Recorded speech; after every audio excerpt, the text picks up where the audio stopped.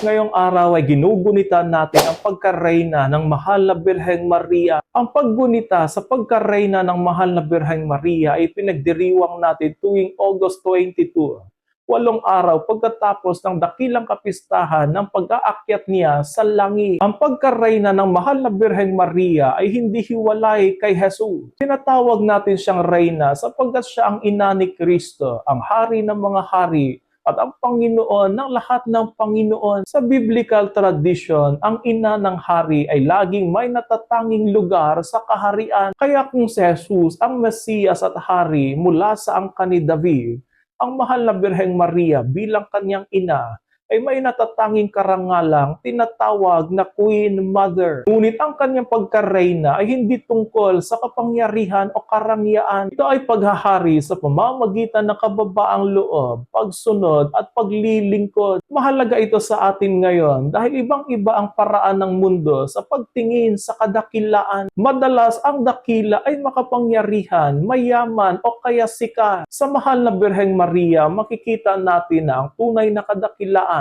ay nasa pusong marunong magsabing, "Ako'y alipin ng Panginoon, mangyari nawa sa akin ang iyong sinabi." Kaya kapag tinatawag natin ang mahal na Birheng Maria bilang reyna, hindi natin siya inilalayo kay Jesus. Sa halip, kinikilala natin ang dakilang ginawa ng Diyos sa isang babaeng nagpakumbaba at sumunod sa Kanya. Ang daan ng pagiging dakila sa kaharian ng Diyos ay hindi ang pag-aangat ng sarili, kundi pagpapakumbaba at tapat na paglilingkod. Mahal na Birheng Maria, Reyna ng langit at lupa, ipanalangin mo kami.